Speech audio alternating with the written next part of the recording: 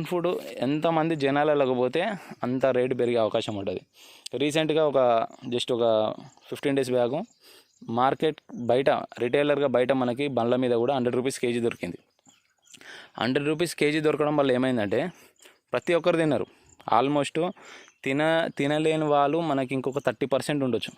అంటే dragon fruit తినని వాళ్ళు ఇంతకుముందు ఒక 50% వరకు తినేవాళ్ళు జనాలు.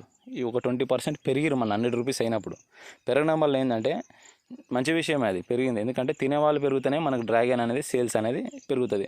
ఒక యాపిల్ ఉంది, యాపిల్ అనేది మనకి కాశ్మీర్ నుంచి వస్తుంది. కాశ్మీర్ నుంచి ఇక్కడికి వస్తే సరికి మనకు రేట్ ఎంత ఉంటుంది తెలుసా? ప్రైస్ డ్రాప్ ఉండదు అసలు. అది అక్కడ నీకు ఎంత డ్రాప్ ఉన్నా కూడా ఇక్కడికి వచ్చేసరికి అది ఎక్కడ పండదు, ఆనే పండుతుంది కాబట్టి ఆ రేట్ అట్లుంది. ఇది డ్రాగన్ ఏంటంటే అంతటా పండుతుంది, ఏ ఏరియాలో అయినా ఎక్కడైనా పండిస్తాం కాబట్టి ఇది ఎక్కువ పెరుగుతుంది. దానివల్ల క్రాప్ ఎక్కువ వస్తుంది. మనకి ఈ సమస్య అనేది ఎక్కువ ఉంది. అందుకనే జనాలు కూడా యాపిల్ని తిన్నట్టుగా డ్రాగన్ని కూడా తిన్నారనుకో ప్రతి ఒక్కటి, అప్పుడు దీన్ని కూడా మినిమం రేట్ కేటగిరీలో ఈ డ్రాగన్ ఫ్రూట్ అనేది ఉంటుంది. ఈ డ్రాగన్ ఫ్రూట్ అనేది చాలా వరకు ఇది ఆరోగ్యానికి చాలా మంచిది, చాలా అంటే చాలా మంచిది.